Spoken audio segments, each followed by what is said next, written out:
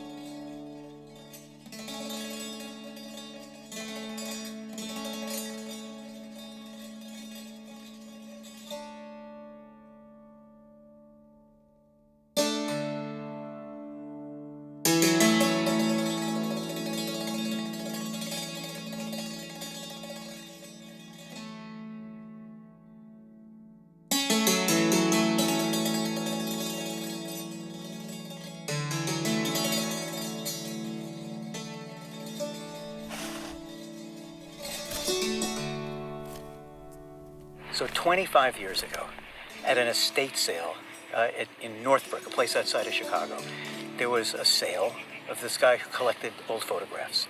He passed away, and Jerry and I went to the sale, and there under a couch, there was a shoebox filled with old photographs, 4x5 negatives, you know, the old press photographer stuff, so it's like really big stuff.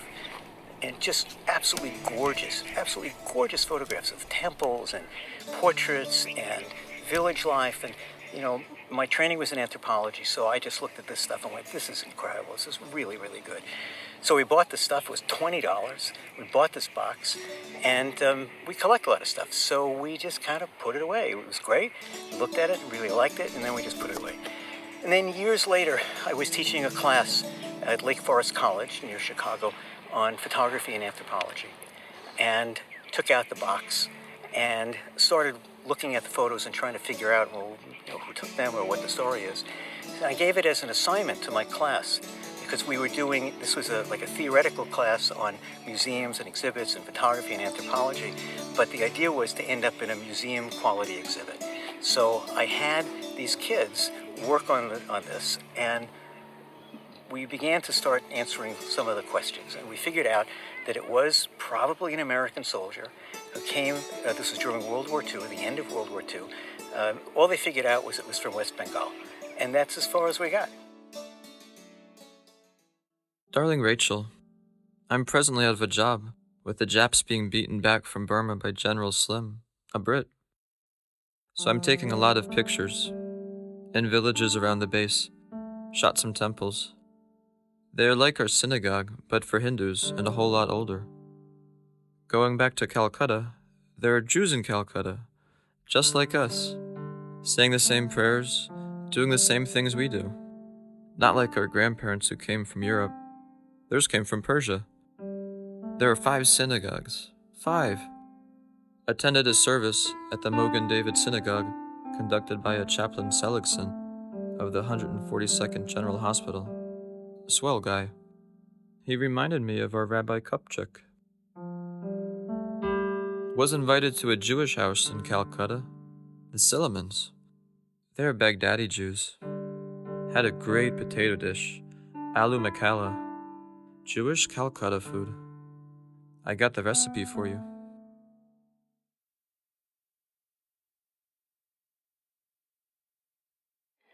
So then we applied for a Fulbright grant, which we didn't get the first time around, and then we got it the second time around. And the Fulbright grant had 2 parts. One was to try to figure out, well, maybe who took these pictures and why, and what's the purpose. The second part of the grant was, since we were so influenced by these images and we were so influenced by India, we thought, wouldn't it be interesting if we take these group of photographs and we put them in front of some Indian artists and let's see what they can do. And we only had one name when we came here, and that was Sanjeet Chowdhury. And so we contacted Jeet and we met with him, we showed him what we were doing, we got along really well, and he said, this is fantastic, of course I'm going to participate. And then he got us other people, Alakananda Nag, Amrita Sen, Aditya Basak, and so on. And it kind of like snowballed, everything snowballed. And one person brought another person, brought another person. At one point I said to Chatra, I said, we need another medium. We have painters, we have photographers, but I kind of feel like I want another medium. And he said, how about a graphic novelist? And I said, fantastic. So he brought his friend Sarvajit Sen.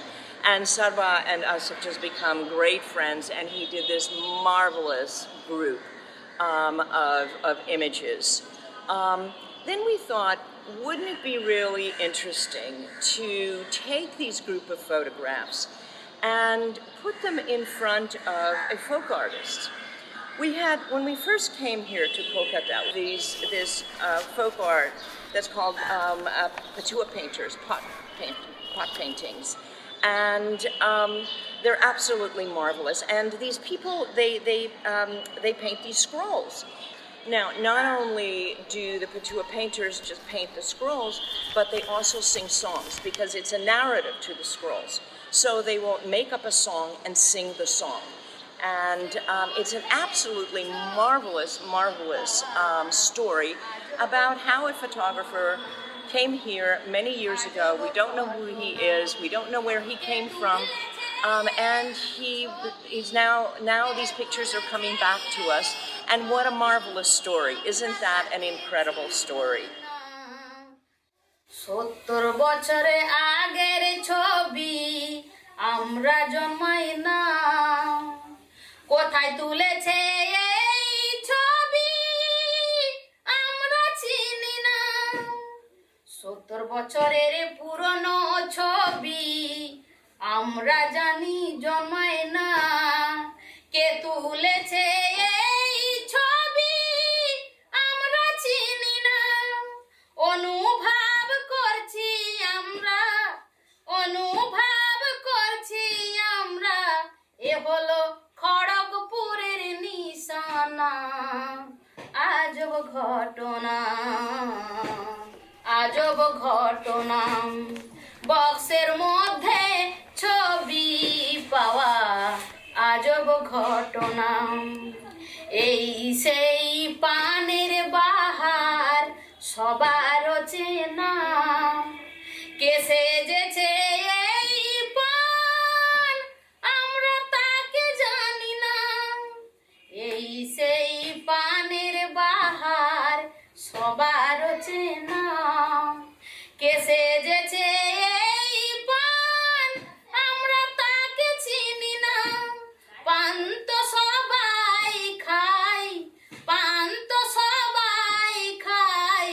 স্বাদ সবার জানা আজব ঘটনা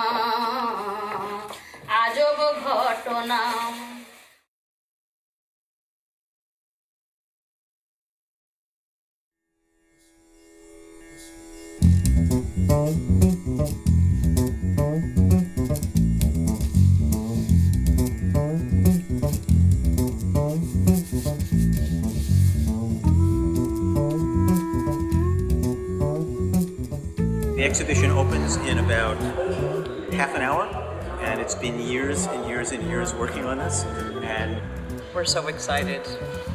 I don't know what else to say.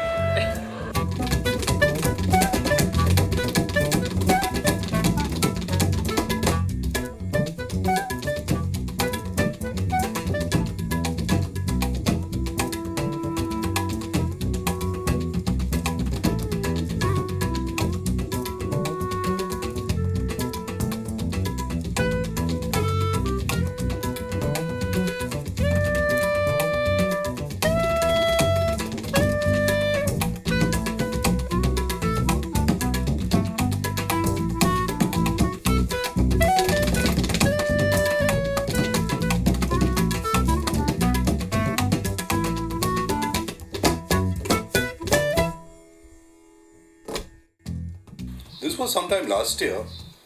I get a mail and followed by a call from Kollan Roy. Kollan Roy, a very well-known writer. So Kolanda calls me up and connects me to Alan and Jerry. And what happens is that I get a mail from Alan and Jerry saying that this is what they propose us to do. And they send me some snippets. Snippets means some images, a few sample images of the images from the box. I was fascinated by what I saw. And then they were in Calcutta. So once they are in Calcutta, we met up and they kind of discussed this idea of an exhibition with the Indian artist. And I was very keen to be a part of that. And what I also did was I connected them to some of my artist friends. When I first saw these photographs, what I found really intriguing is that each one of them was annotated, with these dates. 3rd May 1945, 28th April 1945. So at that time, we really didn't know anything, for sure about these photos, apart from the fact that they were taken or processed on particular dates. I was sitting with a friend in Bombay, and she too drew my attention to that, and then I just couldn't take my attention away from them. And I just got obsessed with the idea that what else could have happened, on those dates. And that actually sent me on a wild goose chase. And I tried to find somebody who was born on those dates. Basically, whenever you encounter any such material which has to do with history in some sort of way, especially these photographs, for me, basically, it sort of brings in a scope to look back, and especially given that it's 45, when Bengal goes through a time of change and in so many ways, politically, socially, especially because of the famine which just happened 2 years back in 1943, one of the worst famines in the history of India. আমরা বিশ্বযুদ্ধের সঙ্গে সরাসরি যুক্ত না হয়ে আমাদের যে অকারণে মৃত্যু ঘটেছিল আমাদের বাংলার গ্রামে, সেটা একটা বিরাট ইতিহাস হয়ে রয়েছে। সেই জন্য আমি একটা মৃত্যুর গাছ দেখিয়েছি, আর তার সঙ্গে আমি যে গিনিপিকের স্কেলেটনটা ইউজ করেছি মানুষের, যেন মানুষের ওপর মানুষের এক্সপেরিমেন্ট, মানুষের মৃত্যু নিয়ে মানুষের যত রকম এক্সপেরিমেন্ট যেন তখন তো করা হয়েছিল। So that becomes, important for me, and so I take off from there and then try and connect between what is happening in Bengal at that time and what these soldiers come with. So to refer back to, what an American soldier at that time would know or would be aware of, I actually refer back to the American war posters. Which is largely, to deal with war promotion and raising funds. When I saw these pictures, I was reminded of my father, who was in the army and who had shown me similar pictures of his colleagues in World War II. And I said, what if I can bring this entity, this person whose photographs we are dealing with, how can I bring him alive? How can I actually literally and figuratively bring him out of the box? I was lucky. I was in the States, and this was an American photographer, and I said, the story begins here, where he was born. What's great about these images is that they provide a window into another time and place, but they're also mirrors of ourselves and our culture. And that's one of the things that's motivated us behind this whole project, that the photographs, because of their quality, because they're so remarkable, they provide a window into the past that allows us to create in the present. And that's what all the artists have done. And for my own work, I was fascinated by the fact that now photography is digital, it's fast, but in the old days you would take a picture and then there was time between taking the picture and processing it and then printing it. So there was time and there was space, and now it happens instantaneously. So what I tried to do was to show you a giant negative, and then bits and pieces of the positive so you could peer through. So there's space and time between those pieces. And that's what I was excited about, is the ability to pull everything apart. So these photos gave me the opportunity to explore something that is important to me, that I didn't even know was important to me. I work as an editor in a publishing company, and I design book covers. That's the point from where my design journey and my artistic journey has begun. So on a day-to-day basis, I'm used to having usually a line of text or just a few words on a page that become a starting point for my experimenting with images.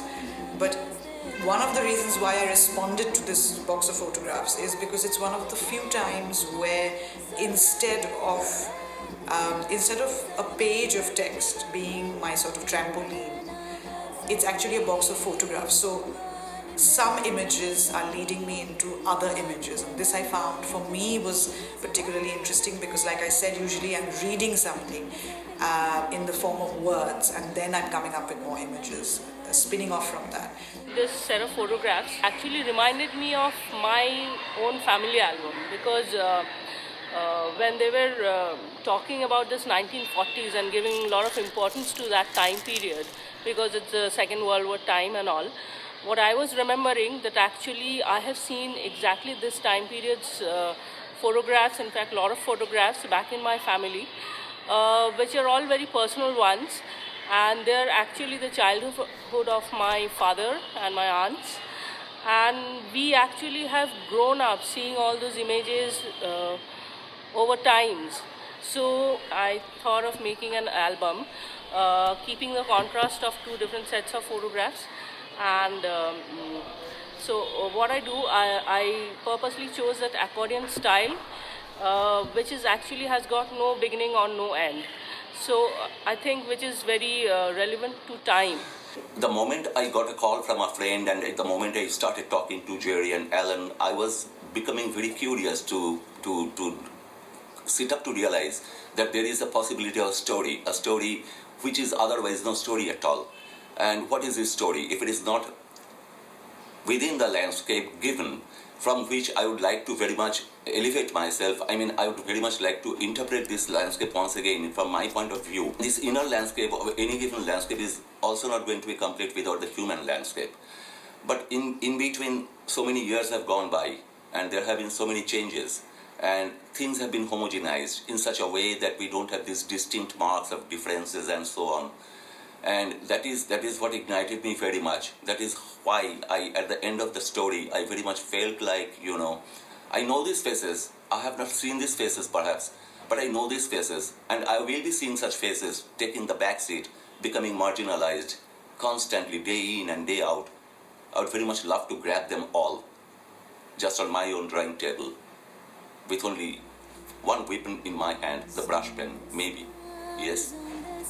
One of the things that we did was we spent an awful lot of time in various archives. We looked at hundreds of photographs, both in India and in the US, looking for temples, because we thought if we can identify the temples, then we can identify the villages, and then we can identify perhaps where our guy was. And thinking about all of this, I realized that our whole project, our whole journey here has been one big puzzle, has been one big mystery. So I decided that that was going to be my art piece, that I was going to create a puzzle. So I created 6 boxes, and 4 of which are known. We know what? We know that it's 127 photographs. We know where, that it's in the Kharagpur area. We know when, it is 1945, West Bengal. And we know how he photographed with a 4x5 speed graphic. But there's 2 things that we don't know. We don't know who he is, and we certainly don't know why.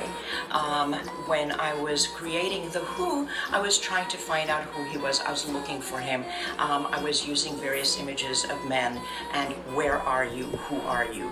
And in the why, I created basically just this black blob of mystery, like why, because that is the big thing, why, who and why. And I separated those out from the four knowns, the two being separated out, trying to come like back in, trying to be part of the puzzle.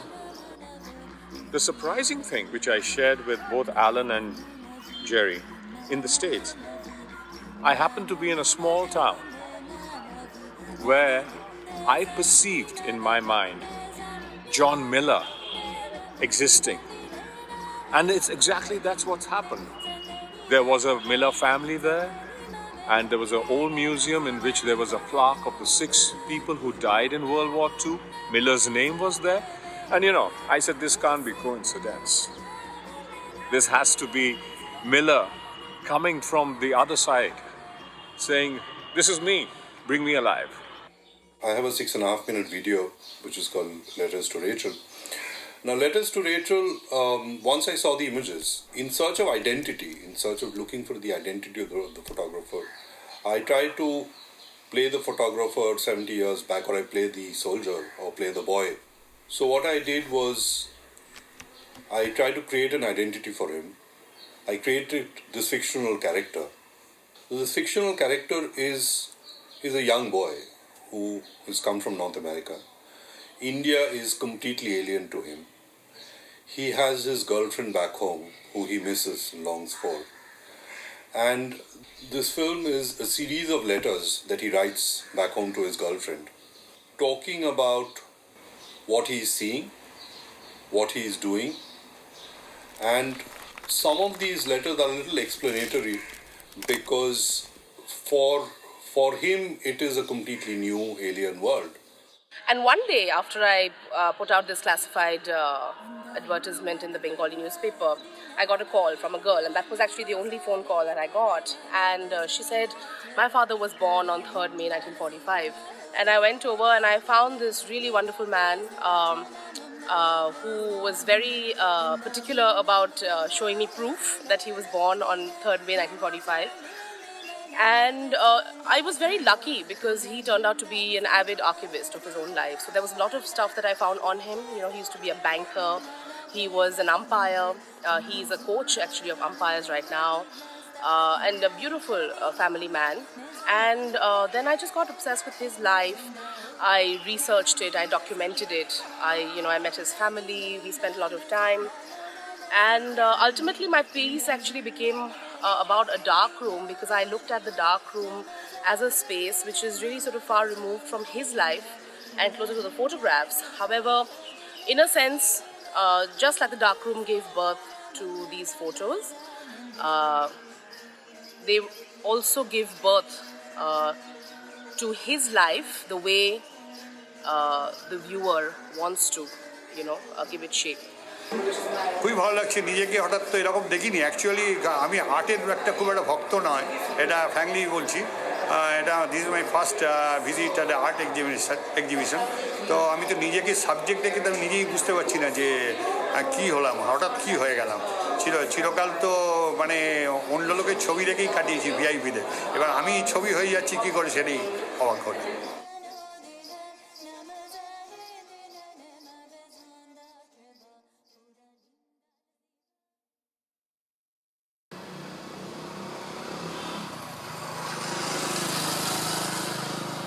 We came out to IIT Kharagpur because in the 40s, in 44 and 45, what is now IIT Kharagpur used to be the U.S. Command Center at the Salua Air Base. And we discovered a dark room there on our last trip. And we wanted to come in and film some more and take some more photographs. And we're oftentimes asked, well, what is it about these photos? And the point is that these photos have humanity. They're not just photographs. They're not well, first of all, they're not snapshots. Right. They were 4x5. They were taken with a speed graphic. And the photographer knew exactly what he was doing. And we think he was a man. And so that's why I'm using the word he. And so they're not just casual snapshots. photographs, and they're very well composed images. But not only that, is that they're not casual. These images are really very unique that way. It's not an I and you. It's very much a collaboration of a we.